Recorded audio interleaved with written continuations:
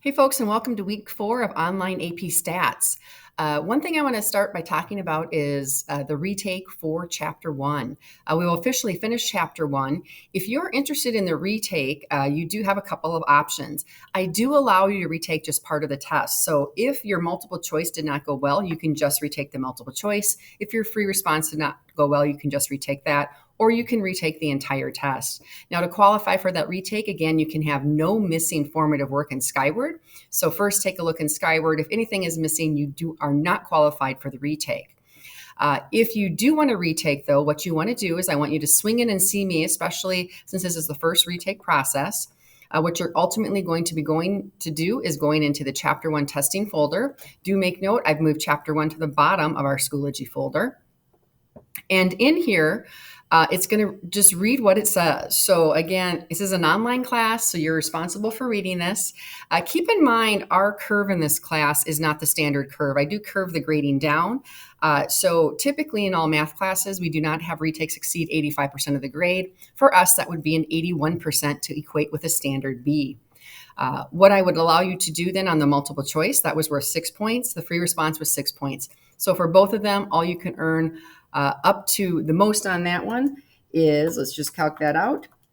Your maximum is going to be 4.86. So the total on your retake for both parts would be a 9.72 out of 12 points. So the highest you can get on the retake is 9.72. So keep that in mind and take a look at it. Now, what you're going to want to do for the multiple choice, you do actually need to come in and see me because you need to get your test. And you need to just read how I need you to do your relearning for that. Basically, you're going through the multiple choice options and explaining to me why they're wrong and why they're correct. That is going to be your uploaded work that you need to do before the retake.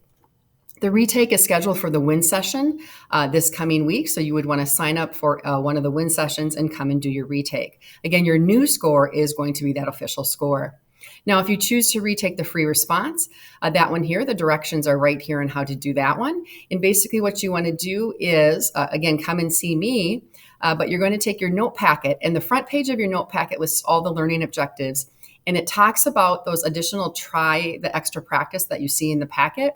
It talks about those particular problems. You're going to look at your exam, and you're going to see what topics or what learning objectives you did not get correct on the test. And then you're going to be required to do these extra practice problems. Again, those extra practice problems are in Chapter 1, along with their solutions of how to actually solve them. That is your relearning.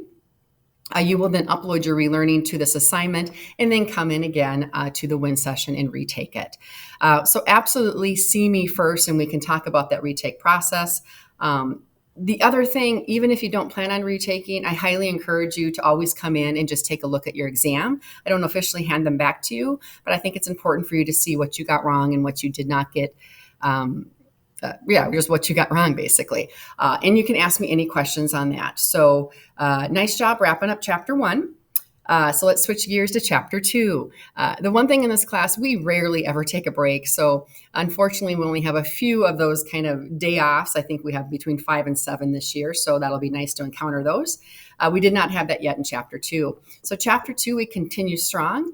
And on this one, you're going to have 2 deadlines. If you click into Chapter 2, let me give you a quick highlight. This one is one of the more quantitative units, but it's not even really that quantitative. Remember, the math requirement for this course is Algebra 2. So the math itself is not all that difficult. It's more about procedures and policies and what is expected of you to be written for your problems. This one is called normal distribution. And what they're going to do is they're going to actually hit the formula sheet now, and they're going to show you how to use the standard normal table and the inverse norm table. The tables are fine. I don't typically use them anymore because in the notes, what I do is I teach you how to use your calculator and do calculator speak. You want to be using your graphing calculators for this.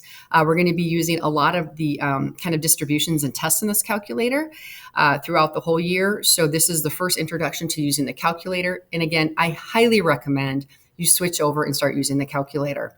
The first deadline you are going to encounter is going to be on Monday, September 30th by 8 a.m.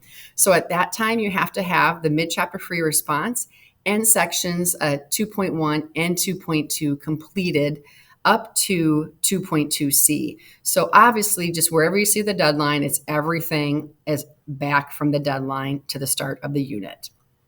After that, the next deadline we have is actually the official testing date.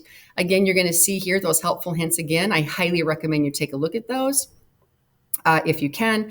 In the chapter review, again, it's not required. It's incredibly and highly recommended that you do that. Here's my video of my solutions walking through all of the questions, but continue to reach out to me with questions you have about that. And more optional practice. The deadline and the date set for our test is in less than 2 weeks. It is going to be the WIN session on October 3rd. And there's 2 sessions, and I've already locked you into one of those sessions. If you take a look and you'd rather be in one of the other sessions, please let me know ahead of time, and I'm more than happy to change you to a different session on that one.